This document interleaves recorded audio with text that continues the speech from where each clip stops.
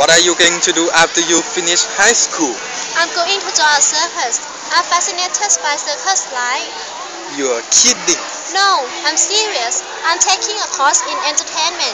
They teach me all kinds of stuff. Acrobatics, how to perform tricks, how to be a clown. That sounds interesting. Do you get a chance to perform during the course? Yeah, we entertain kids in hospital and take like that. There's no better feeling in life than making people laugh. I wish I knew what to do when I finish school. Why don't you become a journalist? You have always been interested in writing, and you are working on the school newspaper.